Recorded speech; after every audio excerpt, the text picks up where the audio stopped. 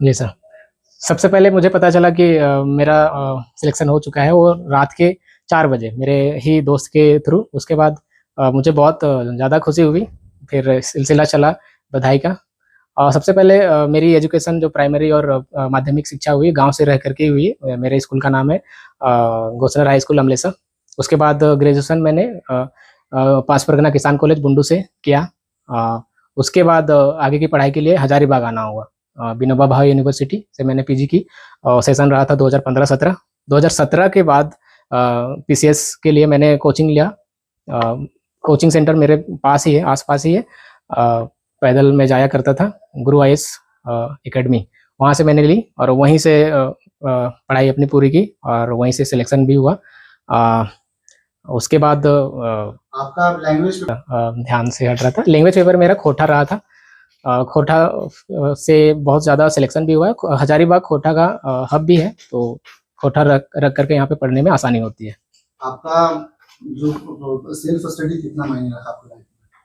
Self study पढ़ाई के दौरान मुझे 6 से 8 घंटे पहले देना पड़ता था। फिर उसके बाद जैसे जैसे ज़रूरत होता था वो टाइम पीरियड बढ़ता ही जाता था।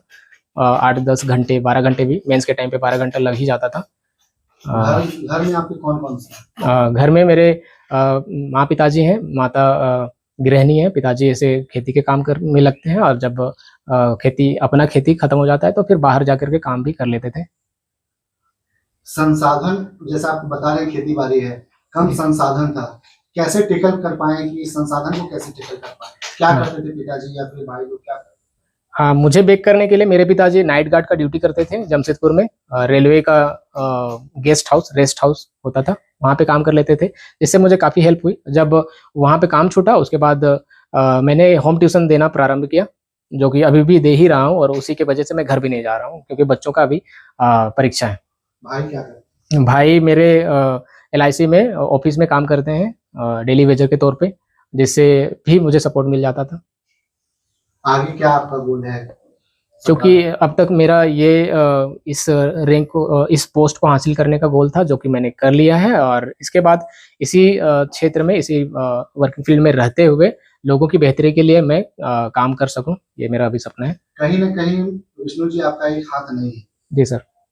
ये आपके लिए क्या है, कैसे आपने इसको लिया?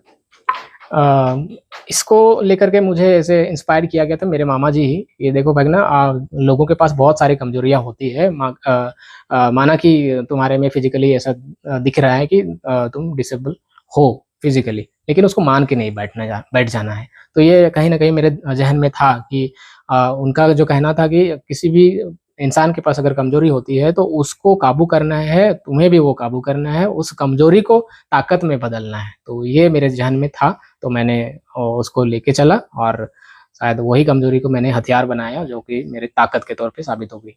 विष्णु अगर आज जेपीएससी के अधिकारी नहीं होते, उनके पास सब कुछ उनके जैसा होता, जैसा चाहते वैसा होता, तो विष्णु आज क्या होता? अगर ये इस फील्ड में नहीं होता तो मेरी दिली इच्छा होती थी कि मैं क्रिकेट पे कुछ कर सकूं, जो कि मैंने ग्रेजुएशन तक क्रिकेट खेला है और लोगों के साथ खेला है, तो लोगों को पता भी है और क्रिकेट के तौर पे मुझे जानते हैं आसपास के गांव वाले लोग। जब यहाँ आया तो लोग पूछा करते थे मेरे टीम से कि वो एक लड़का था जो बॉलिंग किया करता था, वो आजकल आपके टीम में नहीं दिखता है। तो बस इस फील्ड में कुछ कर पाता मैं।